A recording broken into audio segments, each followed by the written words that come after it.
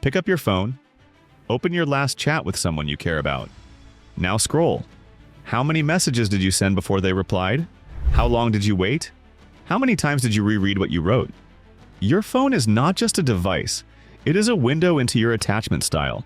If you are anxiously attached, your texts tend to be long, frequent, and full of questions. You are not trying to be annoying. You are trying to calm your nervous system. Every unanswered message feels like potential abandonment. Your brain screams, check in. Check in. Check in. If you are avoidant, your texts are short, delayed, or disappear right when things get intense. You are not trying to be cruel. You are trying to protect your autonomy. Every incoming message feels like a demand. Your brain screams, retreat, retreat, retreat. By the way, if you are new here, my name is Marcus. This channel, The Attraction Mind, is where we turn real relationship science into tools you can actually use in conversations, not just theory.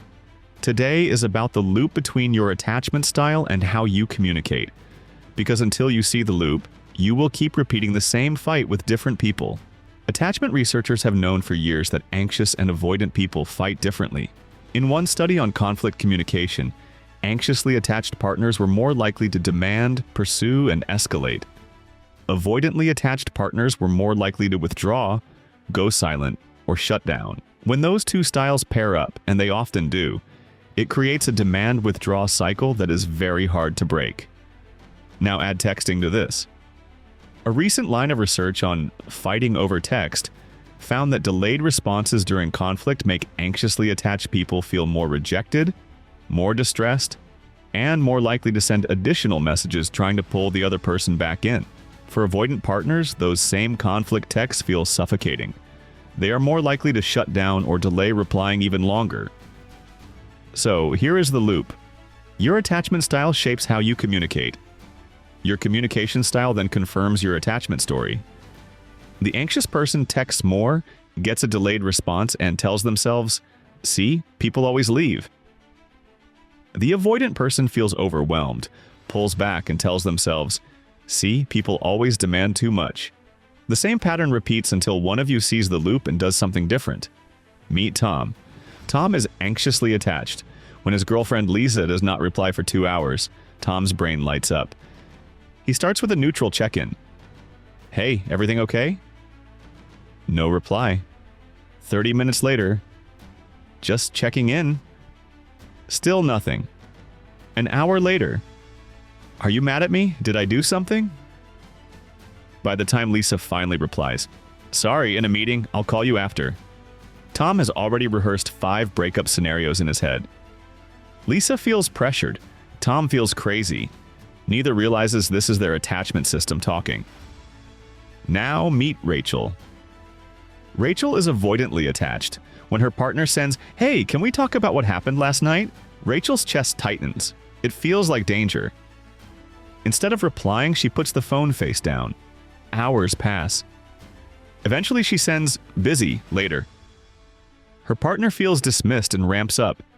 We always avoid real conversations. Rachel feels attacked and pulls back even more. When someone like Tom ends up with someone like Rachel, and that pairing is very common, their nervous systems start doing a dance. Tom's anxiety makes him pursue harder. Rachel's avoidance makes her withdraw more. The more he texts, the more she shuts down. The more she shuts down, the more he texts. Each one thinks the other is the problem. In reality, both are running an old pattern.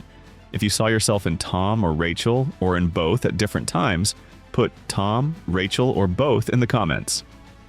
Not to label yourself, but to see how many people are living the same loop. The goal here is not to become perfectly secure overnight. The goal is to communicate one level more securely than your default.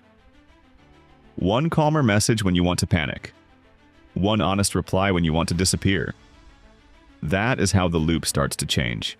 Tool number 1, the Secure Communication Rewire. It has 4 steps. Step 1, name your activation.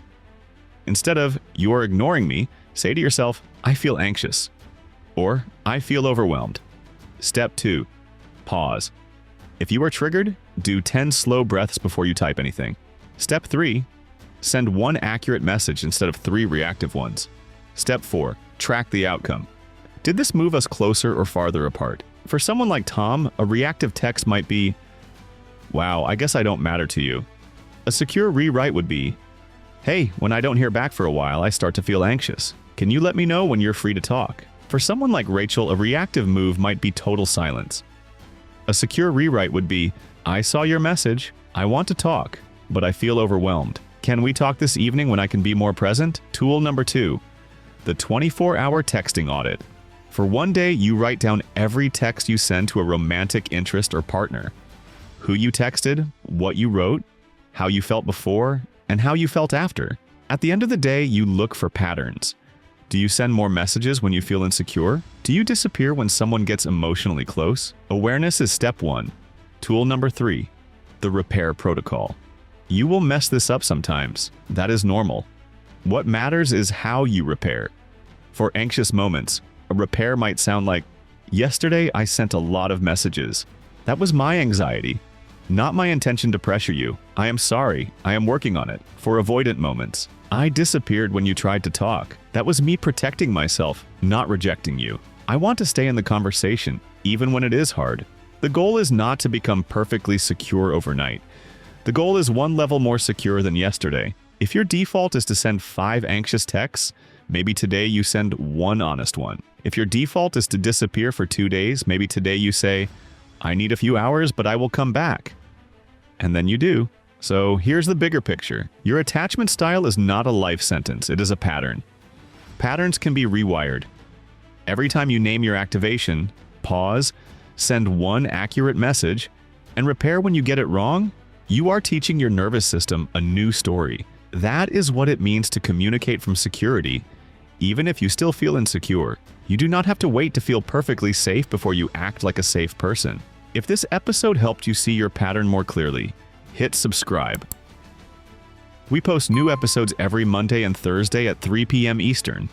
Comment Tom, Rachel, or both below, and share 1 sentence about your loop. You will be surprised how many people get it. Next time, we are going deeper into the body. The neurobiology of love, oxytocin, dopamine, stress hormones, and how they shape who you attach to and why letting go feels like withdrawal. If you have ever felt addicted to a relationship, you do not want to miss it.